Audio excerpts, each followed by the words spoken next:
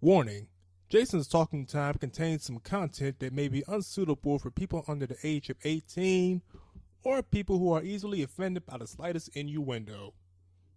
Listener discretion is advised. However, if you tune in anyway and get offended, please do not send any letters. If you do, I will just crumble them up and throw them in the trash.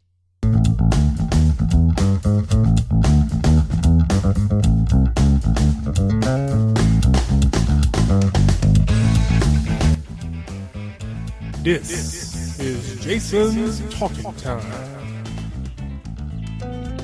with Jason Kitt. Good evening, ladies and gentlemen. This is Jason Kitt. This is Jason's Talking Time, brought to you by generous donations given to us by Mr. Noah Kerr and his sister Ariel Christie. And if you'd like to make a donation too, please visit our GoFundMe page. It is gofundme.com/Jason's Podcast Show. There'll be some very nifty rewards for people who donate. Alrighty, now we've been discussing politics for the past 2 weeks, and I feel like people are starting to get a little frustrated with all these political posts that they're seeing on Facebook, Instagram, and Twitter. Everything is about what Donald Trump has been doing his first week in office and all the protests and everything. So we're going to try to take a little breather this week and talk about something a little bit different. We are going to discuss the upcoming Super Bowl, which is happening this Sunday on CBS, 6 p.m. Eastern Standard Time, featuring the New England Patriots and the Atlanta Falcons.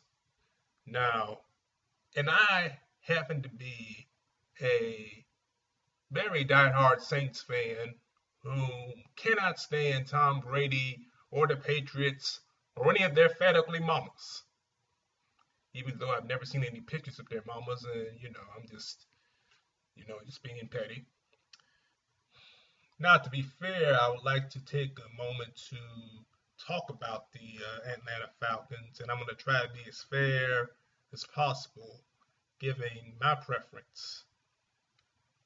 The 2016 Atlanta Falcons, their head coach is Dan Quinn, and the owner is Arthur Blank.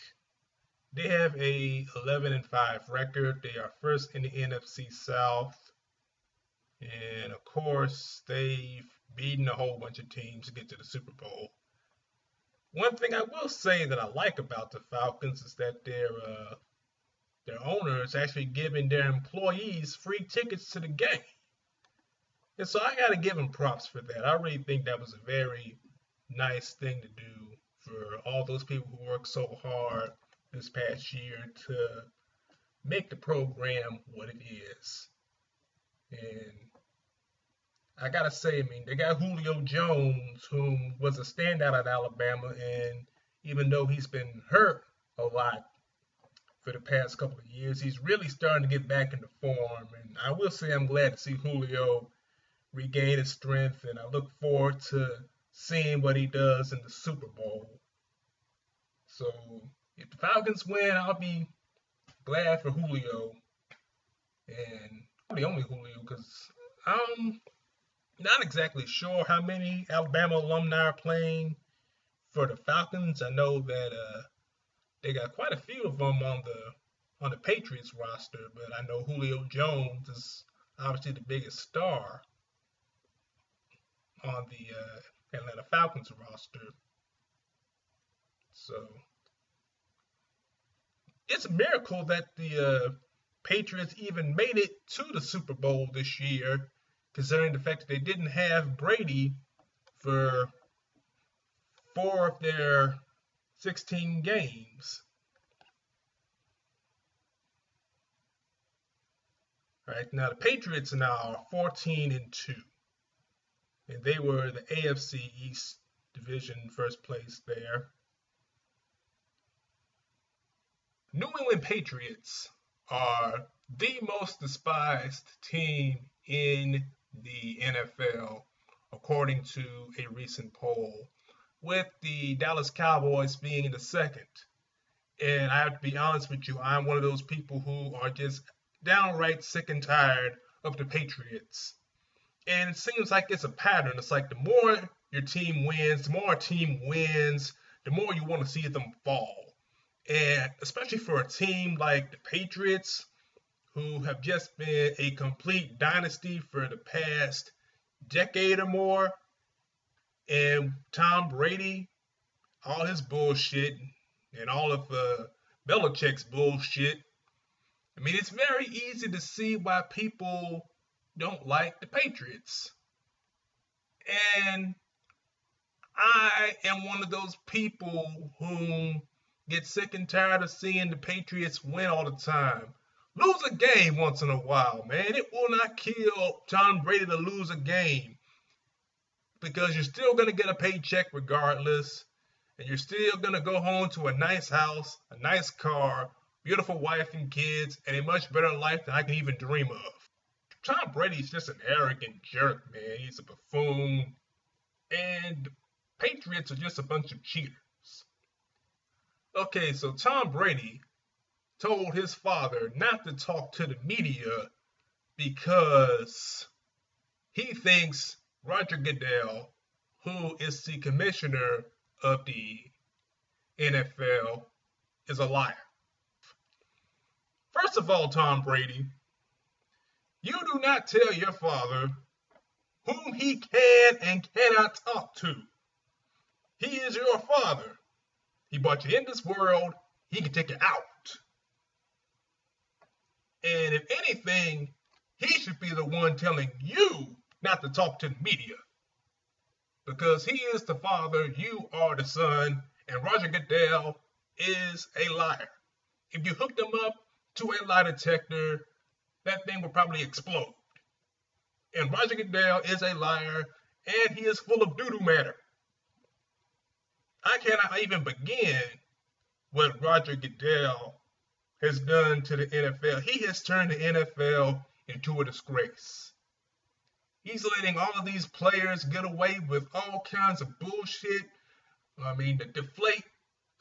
Deflategate was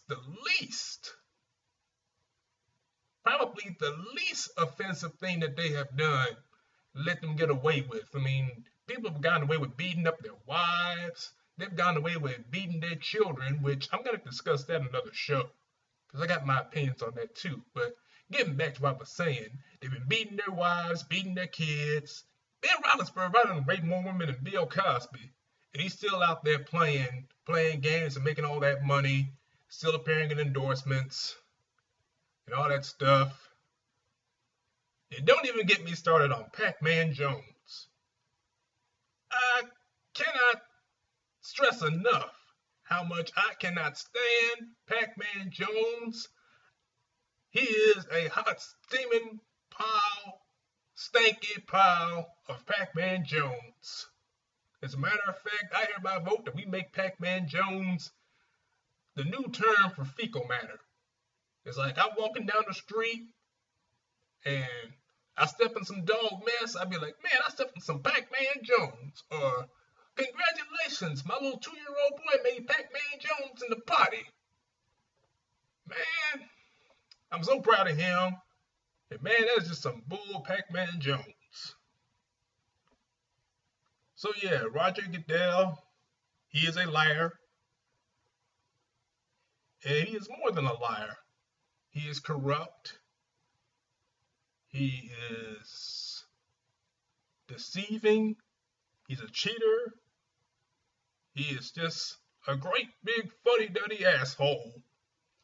And Tom Brady, if your daddy wants to talk to the media, let him talk to the media. Let him talk to the media about whatever it is he wants, whether it be what he likes about the NFL. He can talk about his wife. He can talk about you. He can talk about whatever he wants because he's your daddy. So another thing about the Super Bowl this coming Saturday is, like, if you're not interested in seeing anybody win or lose or whatnot, whatever, you can always watch for the commercials. Hopefully the commercials will be halfway decent this year. Hopefully they'll be funny. And then, of course, Lady Gaga is going to be doing the the halftime show. Like her or not, she's always good for an entertaining performance, whether you're a fan of hers or not.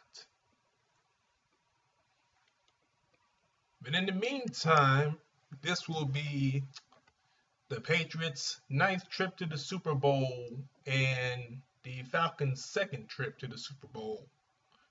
Of course, the last time the Falcons went to the Super Bowl, that was in 98, 99, I think. They ended up losing to the Denver Broncos. Alrighty then, that's going to do it for Jason's Talking Time today. I hope you guys enjoyed the show. If you enjoyed the show, please follow us on Twitter and on Instagram, and like our page on Facebook. And don't forget to swing by our GoFundMe page and drop us a little something in the GoFundMe bin. Any amount will help, whether it be a little or a lot. But in the meantime, I will talk to you guys again next Thursday. You guys have a great evening.